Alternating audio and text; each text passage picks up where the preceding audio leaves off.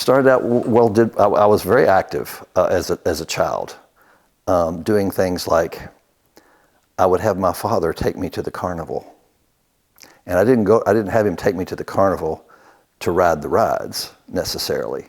I wanted him to take me to the carnival when they were setting it up, because I wanted to see how it was put together. And I made these scale models, these replicas, but I was learning the process of engineering. I was learning how to put things together and support things, and it was my brain turning and learning how to do those things are instrumental in my life today.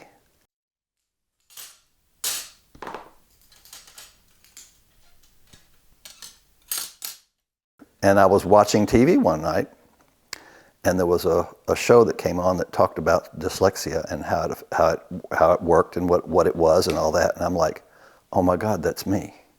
And from that moment forward, it changed my whole life, because I knew what the problem was now, and I was able to navigate that problem.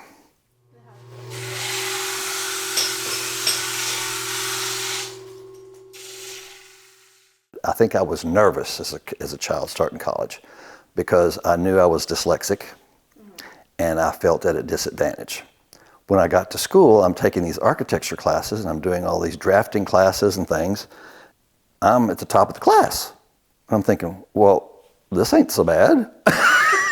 It's like, well, not so dumb after all. Because I kind of, in my mind, thought I was a little bit on the not so bright side because of the dyslexic stuff. Right, open that door, will you? I'll crack it.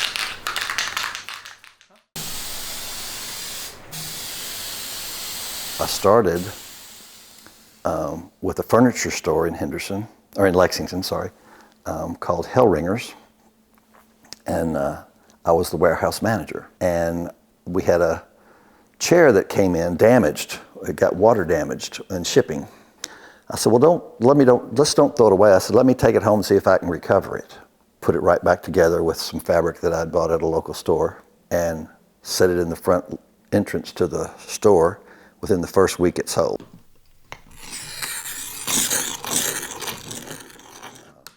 But it was scary. I can remember calling home to asking my father, saying, what do you think about this? I said, I'm kind of nervous. I said, I'm scared I won't make it.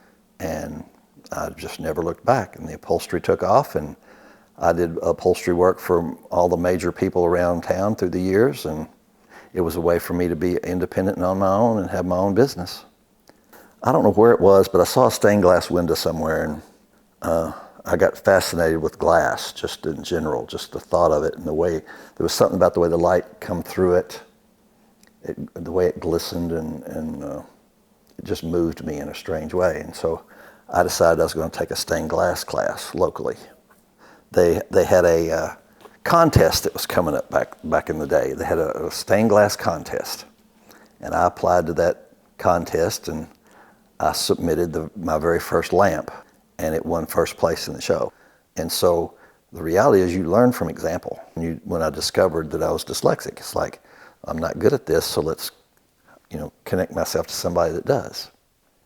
I don't want to be the artist that has the big head. I know those people, and that's not who I want to be. So I try to keep that in a good balance. I'm very proud of what I've accomplished, and I talk about what I've accomplished to people. But I hopefully do it in a way that comes across not as if I'm bragging, but that I'm excited and proud of what I've been able to do. I don't claim to be any more than I am, but it's constant. It's ever changing. It's not over. I'm still working right now on a project that I might get for New York City. May or may not happen, but that's a dream. It's still there. I'm not giving up, and I'm going to continue with that, because you can't just be the artist and be successful at it. It takes all these other things, and I don't claim to be great at any of them. I don't even claim to be great at art. I don't, but I have enough of all the different things that it takes to be successful. Yeah, and you have these milestones in your life, and that was definitely one of them. Figuring out that I could survive, I could make it, and it gave me the confidence not to bow down to that, not to let it own me. Then I began to just push and to grow and to learn. I don't think I'll ever stop creating. I don't want to stop. I would be bored to death if I sat down. So I'll be doing this till they put me in the ground.